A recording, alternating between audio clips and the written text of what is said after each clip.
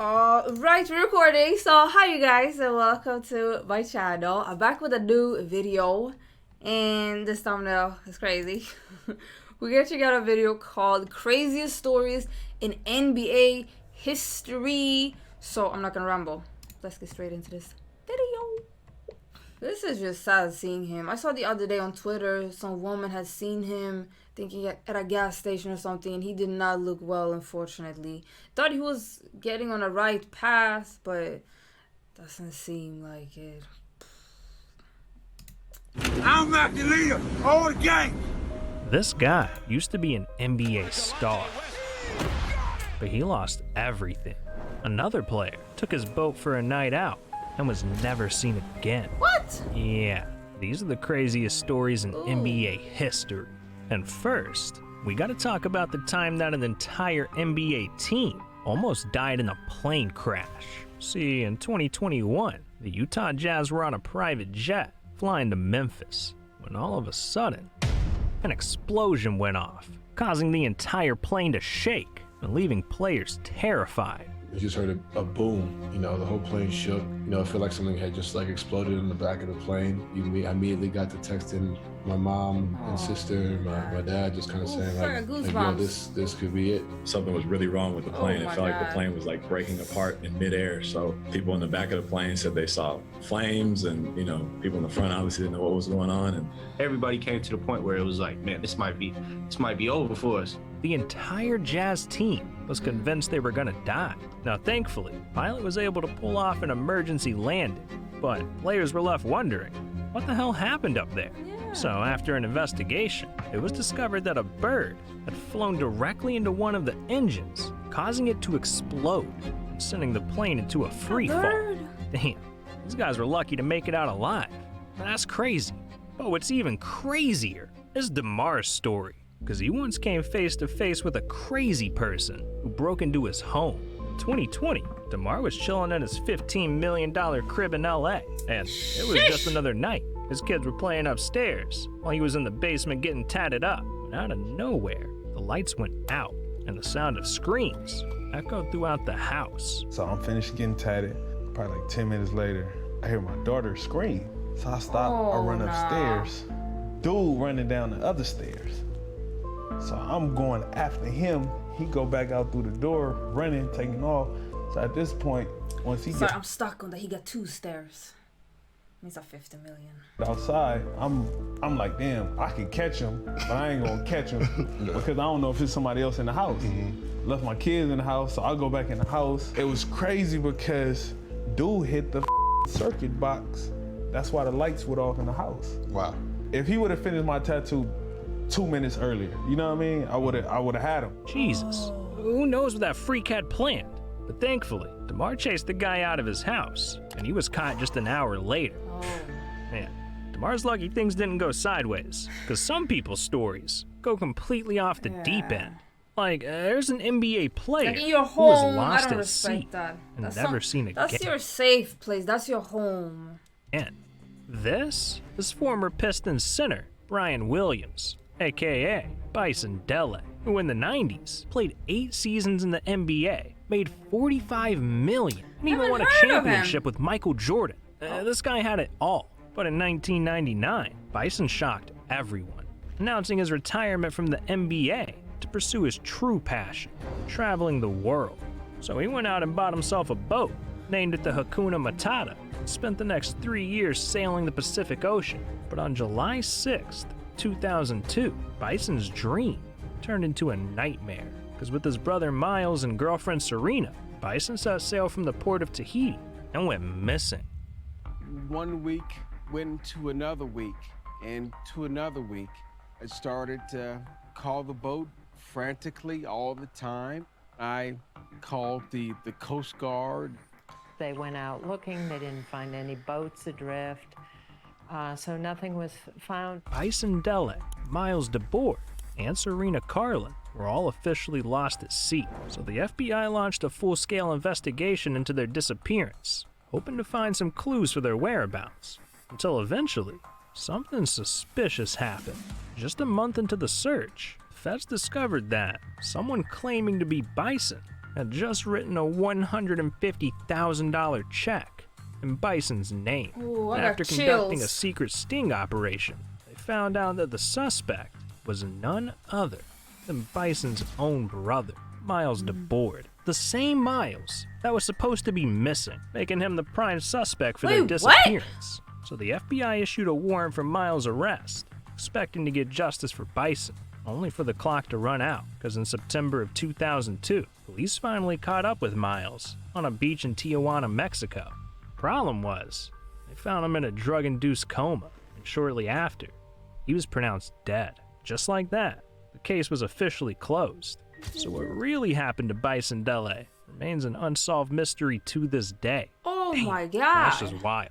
But you know it's not a mystery at all. The fact that Dennis Rodman's stories Oh my god, this is a lot. are crazy as hell. Because he was once offered $20 million to get a celebrity pregnant. See, in the early 90s, Wait, what? Rodman transformed himself into one of the hottest stars in the NBA. Wearing all kinds of crazy outfits, dyeing his hair weird colors. This guy That's was 93. different inside and I'm out. born. And eventually, I'm born in December, Dennis's though. style caught the eye of one of the most famous women in the world, Madonna, who was so obsessed with Rodman that she spent weeks calling the What happened to her now? Like plastic surgery, don't do it, you guys. Just age. It's okay. It's okay to age. Spurs just to try and get in touch with him. Yeah, I think Madonna wanted that rod, man. And in 1994, they finally decided to link up, holding hands in public, going on dinner dates, and even going belt shopping together. But just a couple of months later, Rodman's relationship took an interesting turn. 'Cause one night, he was out gambling in Vegas when he got a call from Madonna, who had a crazy proposal. Well, she asked me that if I got her pregnant, she'll pay me $20 million. What? Yeah, she was offering $20 million for a mini Rodman, and Dennis was down, so he hopped on the first flight out of Vegas and flew all the way to New York just to hook up with Madonna. But in the end, he lined up to shoot and shot blanks, leaving Madonna without a baby and missing out on $20 million. Damn, I can't believe it. And I can't believe Joel Embiid either, Whoa. because he told one of the craziest stories in NBA history, and it was all one big lie. See, there's one thing about Embiid's childhood that he's been telling everyone. It's that when he was growing up in Cameroon, the boys in his village had to prove they were men by going into the jungle and killing a lion. So according to Joel, when he was just 6 years old, he marched into the jungle and slayed a beast. Kansas, they call me the lion killer. Have you actually killed a lion, Joel? Yeah, when I was about 6 years old, I had to go in the jungle to kill the lions. I had a spear and I threw it at a lion and he fell asleep, and then I just came and killed him. And then I carried the lion on my back to the village. Trolling. Do you know how heavy? When I got to the village, that was. We're talking like I know how heavy it is, but it's heavy. No, he didn't do. He's trolling. I proved that I was a man, and I became a man since I was 6 years old. But in 2016, Joel made a little confession about this lion story, because in an interview with Adrian Wojnarowski, Joel revealed that after all these years of calling himself the lion killer, he made the whole story up just to troll people. Is your childhood different than people here seem to imagine? Yeah, Americans, they don't really have any idea of what's going on in the world. I kind of use that to my advantage too. Like, you gonna tell someone I killed I'm from Europe, and yeah, I've heard a lot. Like the lion, they're gonna be afraid of you, and they're not gonna come at you. So but that Americans, was a way I for feel like me they to, traveling more and more, make but still, them it's a be lot. They scared don't of know. me. Damn, No this disrespect. man was lying about lions. That's ridiculous. Well, look, I was every like, story is a nah. laughing matter, because Delonte West went from being an NBA star to a homeless man on the side of the street. See, Delonte grew up in the hoods of DC and was constantly bullied, so to keep his mind busy, Kid focused on basketball, practicing day and night, until eventually he accomplished his dreams of joining the NBA. And with the millions rolling in, Delonte saw the perfect opportunity to take his family out of poverty, buying them all nice cars, big houses, and making sure to treat himself too. But in 2011, everything went south, because Delonte had spent so much money that, during the NBA lockout, he had to get a job at Home Depot just to pay his bills, working minimum wage as an NBA player. Things got even worse for Delonte, because behind the scenes, he was dealing with serious mental health issues, lashing out at teammates, coaches. The man was battling demons, to the point where, in 2012, it officially cost him a spot in the league, getting released by the Dallas Mavericks. And while ultimately, this would be the last time we saw Delonte on an NBA court, that was the least of his problems. Because over the next few years, with no basketball and no money coming in, Delonte fell victim to hard drugs, pushing his family away in the process. And with nowhere else to turn, Delonte West officially went homeless. I don't give a okay. Young champ. I'm the leader of the goddamn Navy SEALs. And the home, and the Navy. I'm what President Trump. I'm the real president. My dog, Delonte. How you doing, my brother? Man. Delonte was at rock bottom, and his life's been up and down ever since. Man, I feel bad for Delonte. His story's tragic.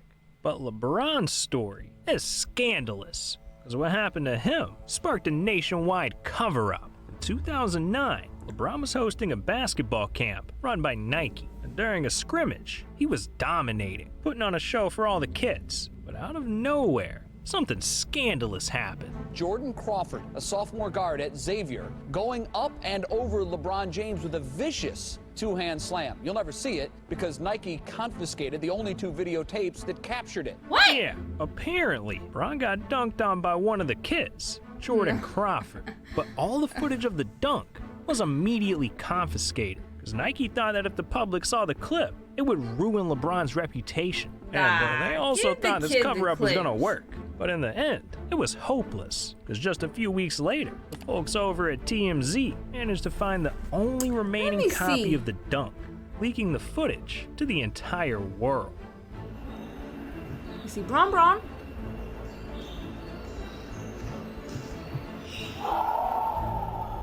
Damn, I don't even blame Nike now.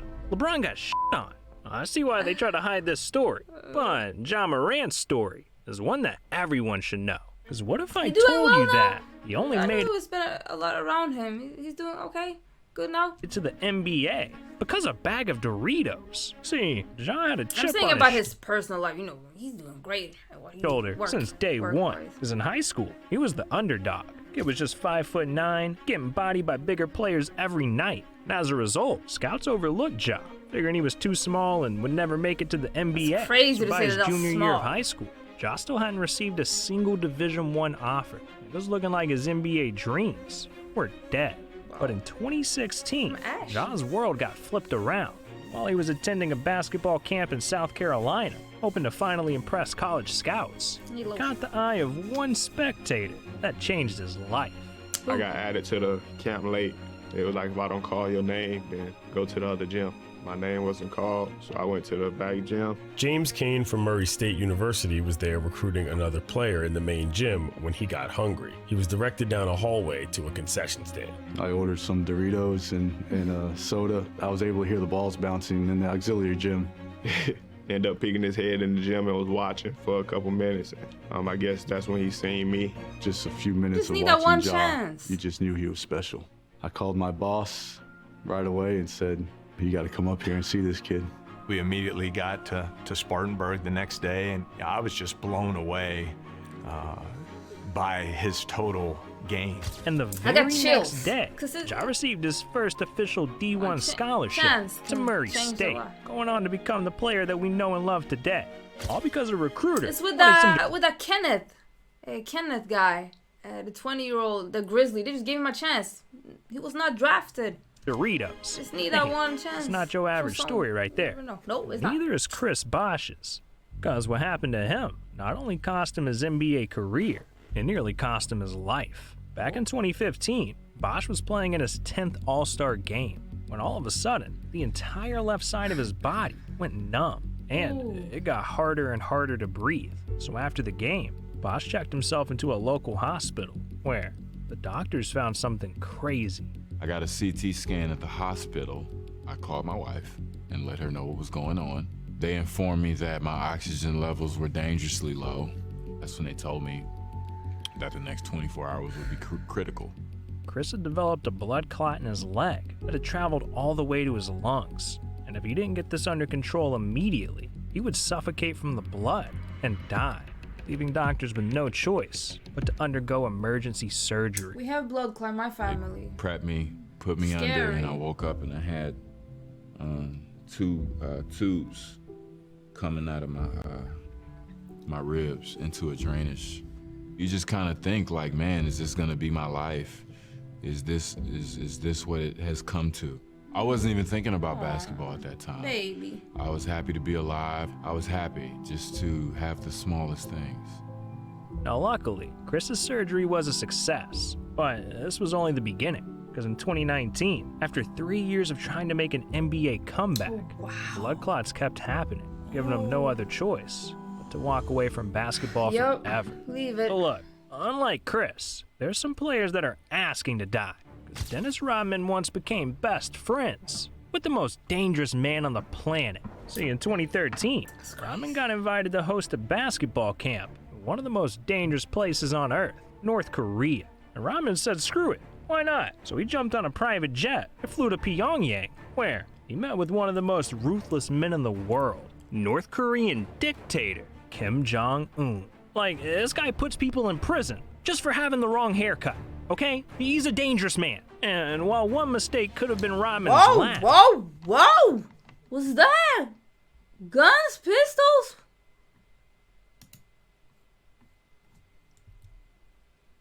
Just for having the wrong haircut. Okay? What kind of picture is this? What? Jeez. He's a dangerous man. And while one mistake could have been Rodman's last, instead, he hung out with Kim and hit it off, playing basketball, going skiing, and even flying to Kim's private island together, where they partied with North Korean women all night long. When you were in North Korea, he has an island that you compared to like Ibiza or something. And does he have loaded chicks there? No, but like this, he has an all-girl band. An all-girl band? It's how many people, like 16, 17 girls? Yeah. When you get invited to this island, you get your own bedroom, you get your own setup, right? Right. And what goes on there? There's 17 girls who are in this band. They just play music for him when he wants to hear music. Like, instead of putting on a radio... They follow him everywhere around the world. Yeah. They follow him everywhere. That's what they do. By the end of Rodman's trip, his life had changed forever, because he had just become best friends with Kim Jong-un, even visiting him 5 more times over the next few years. Damn, this man Dennis really left Madonna for this guy? I think this might be a rare L for Mr. Rodman. But Nike took an even fatter L, because they once did Steph Curry so dirty, it cost him billions. Back in 2009, Steph signed his very first shoe deal with Nike, worth $10 million. And over the next few years, business was real good. So in 2013, with his contract about to expire, Steph went to Nike headquarters, expecting the deal of a lifetime. But what he got instead was disrespect. Because throughout the entire meeting, every Nike rep in the room was calling him the wrong name. They were calling Steph Curry Stephon. Who the hell is Stephon? And they did Steph even dirtier, because they also forced him to sit through an entire hour-long presentation that was literally designed for Kevin Durant. Yeah, they were too lazy to make Steph his own presentation. So with that, Steph walked out the building pissed, refusing to sign another deal with Nike. And just a few days later, Steph found a new shoe deal, come in the face of Under Armour, making him billions. Man, Nike just blew it. But alright, dog, we've heard a lot of crazy stories so far. And yet, we've got one that tops them all. The craziest life story in NBA history. Meet Manute Bol, the tallest player the league has ever seen. And back in the 60s, he was born in one of the poorest countries in the world, Sudan, where every day was a struggle just to survive. His son From is doing diseases well, to right? starvation, and most importantly, a deadly civil war that was destroying the entire country, killing hundreds of his friends and family. This war lit a fire in young Manute, so growing up, he promised to one day find a way out. And luckily, he had one gift that would make that possible: his size. Because by the time Manute was 17, the kid was already standing at a ridiculous 7'7". So with that, he started playing basketball with dreams of making it to the NBA. And when word He started then to play? We got 7'7" in centimeters. Wow. 2.5. No, 200 centimeters. That's crazy. 2.3 meters? That's crazy. Started spreading around about the giant from Sudan. Scouts started lining up to try and recruit Manu, until eventually, in 1985, he got his big break, being drafted by the Washington Bullets and making history as the tallest NBA player ever. This changed Manu's life forever, because over the next decade, he became one of the most popular players of all time, playing 10 years in the league and earning over $7 million. But despite all the success, Manu never lost sight of the real reason he played basketball, his country. So when he wasn't playing in the NBA, he was back home in Sudan, doing everything he could to save his people. From building schools, to feeding the hungry, providing medicine, even organizing peaceful protests throughout Sudan. By the end of his life, Manu had spent every dime he made in the NBA, giving back to his country. And while in 2010, he tragically passed away, his legacy will live on forever. Because just 7 months later, South Sudan officially declared its independence for the first time ever.